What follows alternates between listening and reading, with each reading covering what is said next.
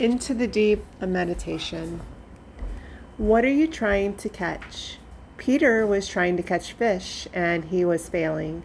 He tried and tried, and by the next morning when he met Jesus, he was hopeless and desperate. It seems he was poor in spirit. Matthew 5:3 says, "What happiness comes to you when you feel your spiritual poverty?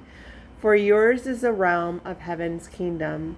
The best time for us to meet Jesus is when we've lost everything. I love how Jesus pursued Peter. First, he noticed Peter. Then he climbed into their boat and said to Peter, "Let me use your boat." Then Jesus sat down and taught the people from the boat. When he finished, he said to Peter, "Now row out to deep water." Out in the deep is where the miracle begins. Peter didn't believe yet, but he said yes. Maybe it's time you say yes too. He went out to the deep, even though he had his doubts, but he also had his desperation. He had come to the end of himself, and he knew he just couldn't do it on his own anymore, so he said yes. They dropped their nets. Maybe they dropped their hope and desperation too. What do you need to drop? On the other side is a miracle. They lifted their nets, and abundance filled their boats.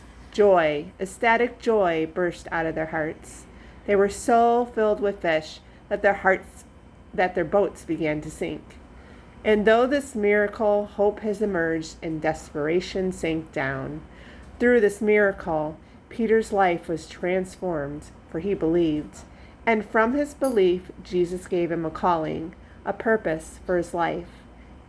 He can do this for you too. He can take your pain and brokenness and come into it with you. He can come into your boat and begin to speak. He can ask you to go out to the deep.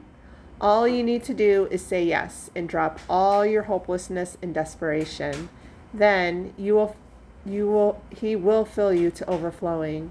As he does, you will believe, and you will begin to be transformed and discover the purpose of all your dark and wandering nights out there alone in your boat. You will discover the miracle your heart has been searching for.